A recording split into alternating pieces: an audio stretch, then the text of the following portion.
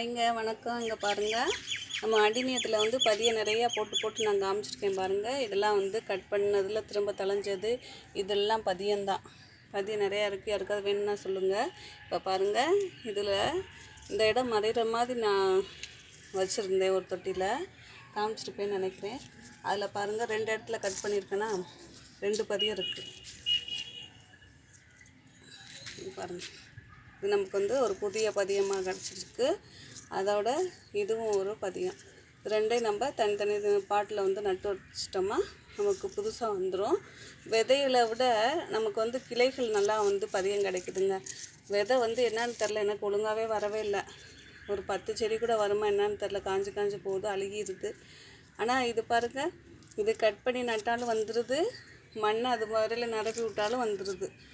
இந்த இதில் ஒரு செடியில் வந்து 2 அடினே இன்றைக்கி வந்து எடுத்தாச்சு. இந்த இடம் மட்டும் தண்ணி படாமல் நம்ம வச்சுக்கணும். இது பாருங்கள், இந்த வேர்லாம் நான் கட் பண்ணி விட போகிறதுல இருக்கட்டும். இந்த இடத்துல வந்து ஒரு கிளை வருது, அதோடு வந்து வேர் வந்தால் வரும். அதனால் அதை மறைக்கிற மாதிரி நட்டு விட போகிறேங்க. ஒரு தடவை நம்ம அடினிய செடி வாங்கிட்டோம்னாக்கா அதுக்கு விதையிலேருந்து நமக்கு புதிய செடி கிடைக்குது, பதியத்தில் நமக்கு புதிய செடி கிடைக்குது. பாருங்கள், சின்ன பாட்டில் தான் நட்டுருக்கேன். பாருங்கள் எவ்வளோ வேர் வந்து அமைங்கிருக்குது.